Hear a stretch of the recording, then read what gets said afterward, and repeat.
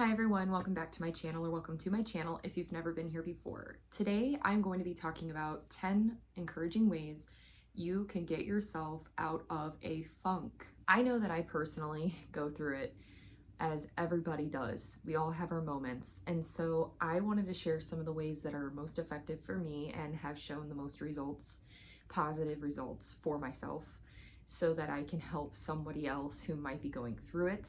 If you clicked on this video, it's probably because you're looking desperately to figure out, how can I bring myself back into a normal feeling and a normal mood? Because I know, like, when I'm in the moment, you're in it and it's hard to get out of it. And it doesn't matter what people say, almost nothing helps. So these are 10 things I hope that do help.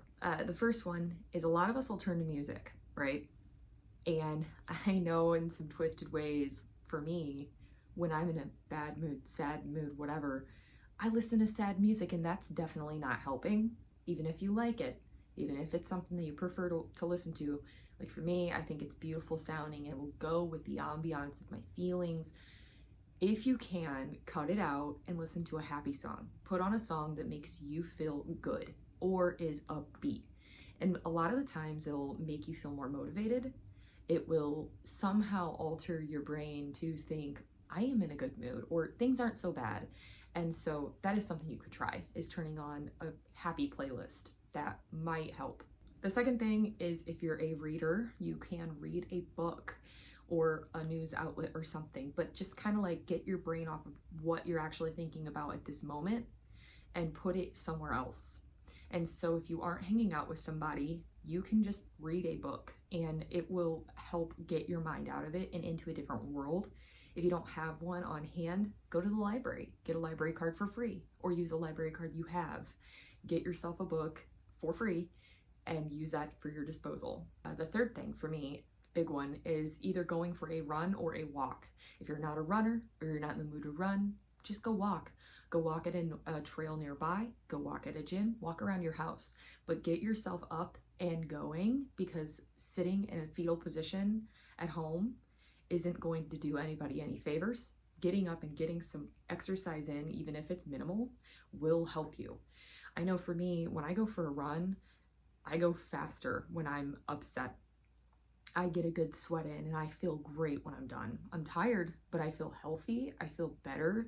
I feel like I let it out in a good workout. So going for a run really helps. But if I don't want to be all sweaty and gross, don't have time for a shower, whatever the reasons are, I'll go for a hike or a walk. And preferably, if the weather is up for it, somewhere outside. Number 4, call somebody that you love.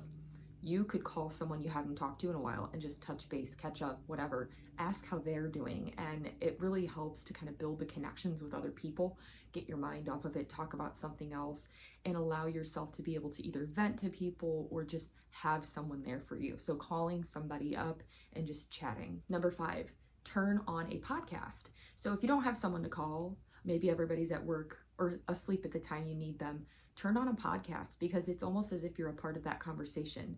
For me, I love listening to Mel Robbins or Matthew Hussey. These are self-help kind of podcasts.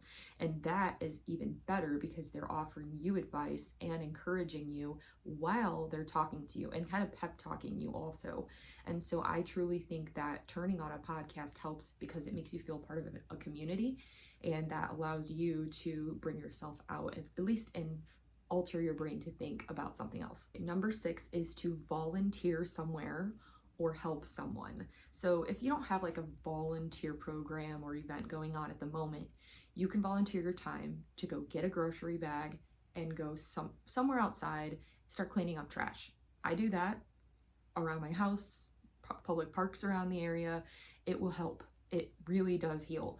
It may not be your trash, but it is your earth, it is your world. So go ahead and go pick up trash around the community. Go ahead and go to the store if you have extra money and pay for somebody's groceries. Do you know how much of a boosted mood you could give somebody? Like, they'll be telling that story forever if you go and you do that. Same with like going through a drive-through and paying for somebody's Starbucks, coffee, McDonald's, whatever it is. That kind of thing, it sits with people.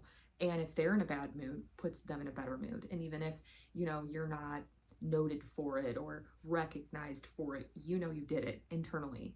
And so that's something too, like, you're doing it for the purpose of feeling better, but you're doing it to help other people feel better too. And it's a revolving karmic thing. And I think that is not a bad thing at all. Number 7 is to cook or bake. You could do it for someone else or for yourself, but I personally think that it helps because I can pick a new recipe out. I can go to the store, get the ingredients for it, put on some music, good music, or a podcast, and go ahead and just start making it. And then you have something by the end of it you can actually eat. And I think that it makes me feel better to know, like, hey, I'm working on this skill. I'm cooking for either myself or others. I have leftovers. I haven't eaten out. It's less expensive. And so I think that, to me, baking goods or cooking a meal really does help. Number 8, you can write out your feelings in a diary. You could even rip up the pages and burn them when you're done with it. Or you could voice memo it and then delete it later, or keep it for yourself to reflect on the moment you were vulnerable.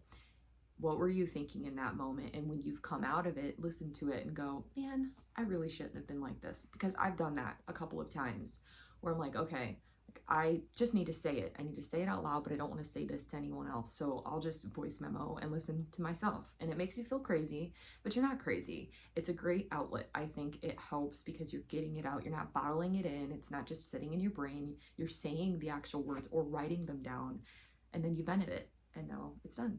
Number 9 is to turn on a show or a new movie.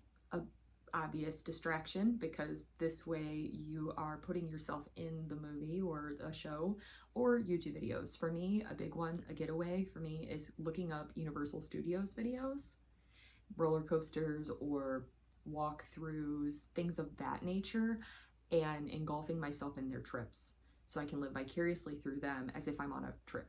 Number 10, play a video game or a board game, whatever, a game.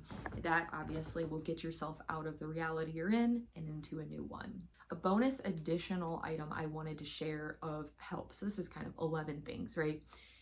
For me, the number 1 thing that helps is to clean my house and be productive. Even making the videos I'm making on YouTube is part of being productive to me, because I'm able to put content out there on the time schedule I always share, that I promise with you guys I put it out at. I'm hopefully helping somebody in the process because I'm making content like this in addition to other things, but it allows me to get out my thoughts and hopefully share some help with other people. So being productive. If I don't feel up to cleaning, what can I do that's productive in other ways? If I don't feel like making content, then I'll clean my house. I'll pop in an AirPod, listen to a podcast, be productive. So sometimes you can do multiples of the things I listed at once, or you can do multiple things in a day. Try things out for yourself. Another idea you can do, here's 12, take a hot shower or a hot bath. But keep in mind, when you're doing those things, turn on happy music, because you need to do both simultaneously. Sometimes you can get yourself locked into a deep, dark thought if you just sit in silence for too long. So it's good to feel those things. Don't get me wrong, not a bad thing to, feel the hurt, embrace it, work through those emotions. But I think that if you're trying to get yourself out of a funk and you don't want to be in that place for too long, this list is some real things I've done that have helped, and I hope that will work for you. So thank you guys for watching today's video. Please subscribe to my channel if you haven't already. Click the bell button to be alerted when I post. I upload a new video every Monday and Thursday mornings at 8 a.m. Central Standard Time. And as always, stay sassy. Bye guys.